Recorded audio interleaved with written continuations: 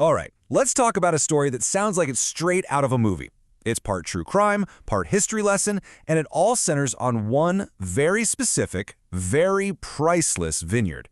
A place so revered that someone decided to hold it hostage for €1,000,000 ransom. I mean, that's really the question, isn't it?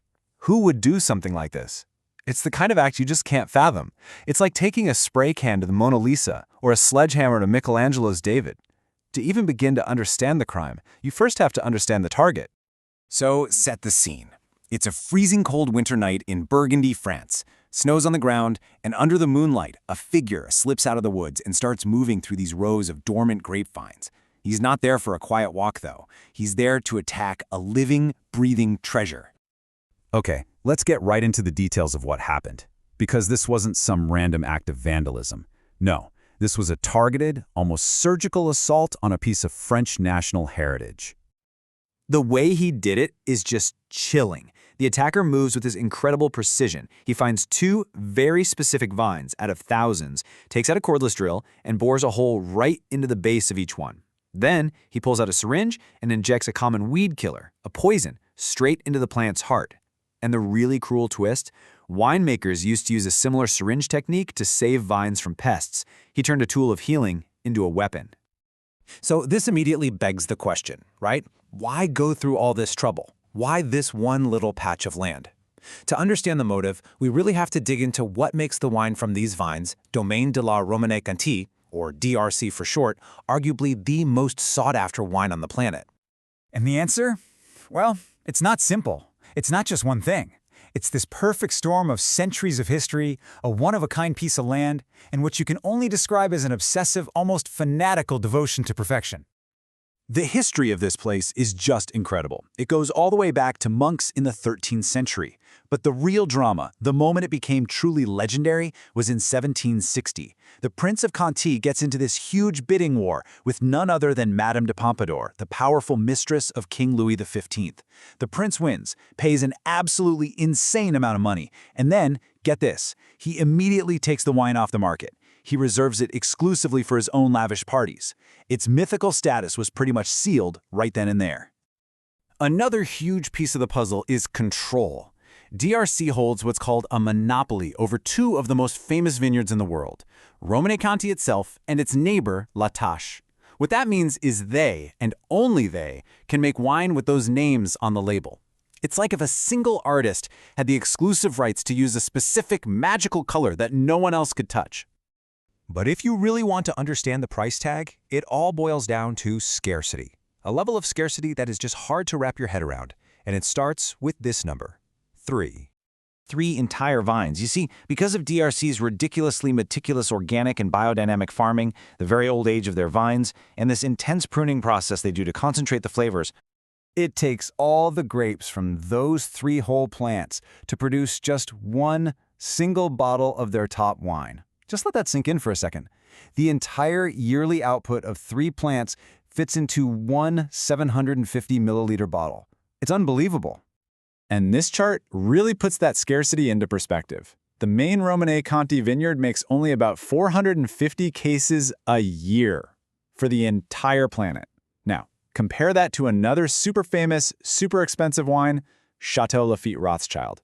They produce over 37,000 cases. The demand for DRC is absolutely global, but the supply is, well, microscopic. And the result of that kind of scarcity is just simple economics, taken to the absolute extreme. We're talking an average price of over $20,000 for a single bottle. At that price, the wine is basically a ransom payment all by itself, which of course brings us right back to our crime. So with the stakes this high, you can start to see why someone might look at this vineyard and not see a cultural treasure, but a giant €1,000,000 target. So let's get back to the crime itself.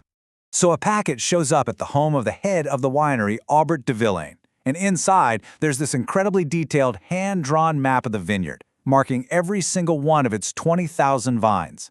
The demand, €1,000,000. The threat, complete and total destruction. And for proof, the note says 2 vines are already dead and dozens more have been drilled, ready to be poisoned if the money doesn't show up. And this was not a joke. They tested the 2 vines, and sure enough, they were dying. So, Faced with this absolutely unthinkable choice, Aubert de Villaine calls the police in Paris, and that sets the stage for a seriously high-stakes sting operation. The police have the manager leave a note in the vineyard, basically saying, "Okay, we'll pay, just give us some time." The final drop is set for 11 p.m. in a nearby cemetery. The manager goes, drops off a suitcase filled with fake money, all while a dozen armed officers are hiding among the tombstones. 30 minutes later, a figure shows up, grabs the bag, and just moments later, he's arrested. So who was this criminal mastermind? Some international crime syndicate? A disgruntled billionaire collector? Nope. It was a local career criminal named Jacques Soltis.